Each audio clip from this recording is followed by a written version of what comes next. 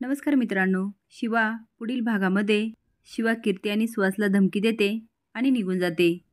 देव हॉटेलमध्ये येते आणि शॉपिंग बॅग फेकते. ते शिवाने आशूशी लग्न केलंच कसं?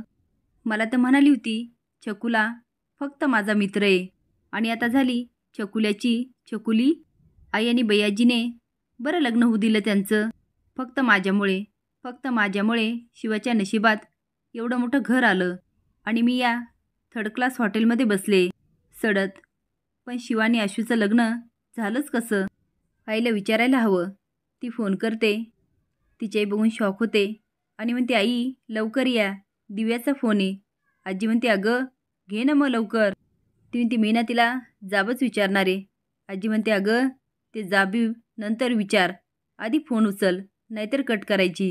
दिव्या म्हणते, हां आई. ती म्हणते, अगं दिव्या तुला अक्कल आहे का? भर मंडपातून पळून गेलीस.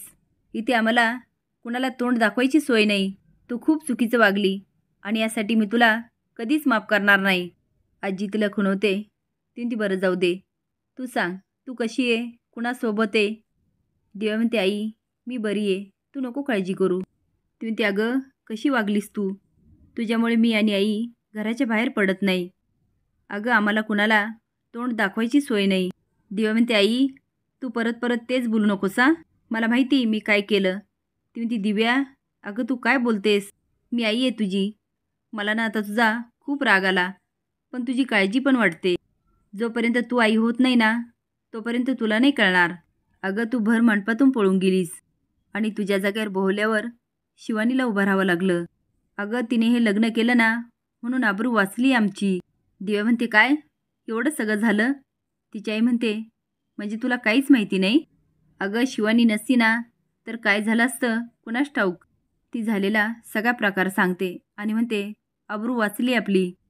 दिव्या दात खात म्हणते, एवढं सगळं होऊन तुला शिवाचीच पडली. आई तू कधी हा विचार केला का?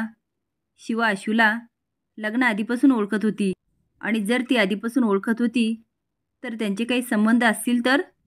आई ओरडते, दिव्या तू तोंड सांभाळून बोल. दिव्या म्हणते, चीड, तू माझ्यावरच चीड. तशी पण तुला कधी काळजी होती माझी? तुझी मुलगी सुखी आहे ना, मग बस. मी पण सुखी आहे, त्यामुळे मला नको कॉल करू, बाय. आजी म्हणते, अगं सांगितलं का ती कुठे आहे? ती म्हणते, नाही ना, आपल्याला दोष देत होती. म्हणत होती जे काय घडलं ना ते तुमच्यामुळे घडलं.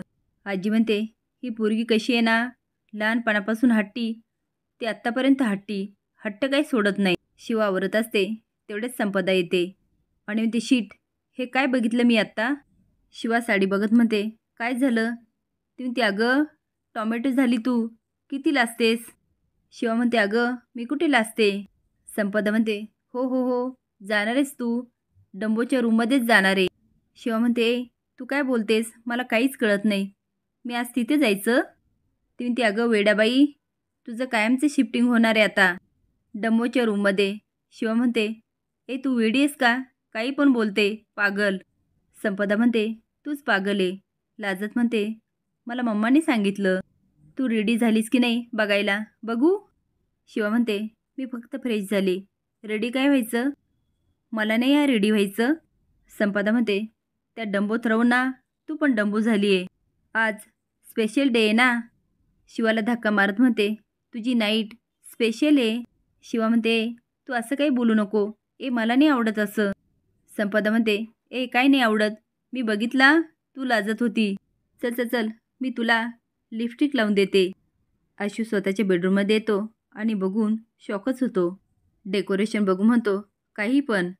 जे लग्न मला मान्यच नाही आहे त्या लग्नासाठी मी इथपर्यंत पोहोचेल असं वाटलंच कसं? आणि मोठ्याने आवाज देतो, मांज्या मांज्या. काय गुलाब काय लावले? तेवढ्यात मांज्या म्हणतो, काय झालं? आशू म्हणतो, मांज्या हे काय सगळं, ह्या माळा का लावल्या? हे डेकोरेशन का? हे तू केलं? मांज्या म्हणतो, हो मीच केलं, पण माझ्या मर्जीने नाही केलं, काकाने सांगितलं म्हणून केलं. तो जायला लागतो. आशू म्हणतो, मांज्या ऐक, आय एम सॉरी. दोघं बरंच काय बोलतात. मांज्या म्हणतो, बरं ऐक, डेकोरेशन कसं आहे?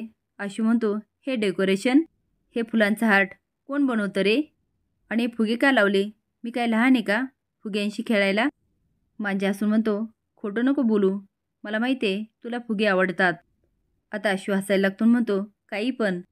भाऊ आणि सीता त्यांच्या बेडरूममध्ये असतात. भाऊ म्हणतात, काही पण म्हण, पण आजचा दिवस खूप छान होता ना. सगळं अगदी कसं सुरळीत पार पडलं. आणि मुख्य म्हणजे तुला प्रसाद आवडला. तू प्रसाद खाल्ल्या खाल्ल्या तुझ्या चेहऱ्यावर समाधान होतं. सीता हसून म्हणते, मला प्रसाद आवडला, नंतर सून आवडली आणि मग त्या सुनेला मी मान्यता दिली. असं तुम्हाला वाटत असेल ना, तसं अजिबात नाही. बेडकाने किती प्रयत्न केला ना, त्याचा बैल होत नाही. भाऊ तिला समजायला लागतात, पण सीता काय ऐकत नाही. आता दोघांची चांगलीच तू-तू होते. इकडे मांज्या आशूला समजावत असतो. आशू म्हणतो, समजून घ्यायचं म्हणजे मी किती समजून घ्यायचं. मी लग्न तर केलं, पण आता जे काय चालू आहे ना, ते मला अजिबात मान्य नाही. मांज्या म्हणतो, मी काकाशी बोलू का. तो जातो आणि दार लावून घेतो. आशू म्हणतो, मांज्या दार उघड. पण तो काय दार उघडत नाही. मांज्या निघून जातो. आशूला खूप राग येतो. तो आता धाडकन दार उघडतो, पण दाराबाहेर हातात दुधाचा ग्लास घेऊन शिवा उभी असते. तिच्या मागे उर्मिला आणि संपदा असतात. त्या दोघी हसायला लागतात. आशू घाबरून दुधाच्या ग्लासाकडे बघतो. असेच नवीन अपडेट जाण्यासाठी लाईक आणि सबस्क्राईब करा. धन्यवाद.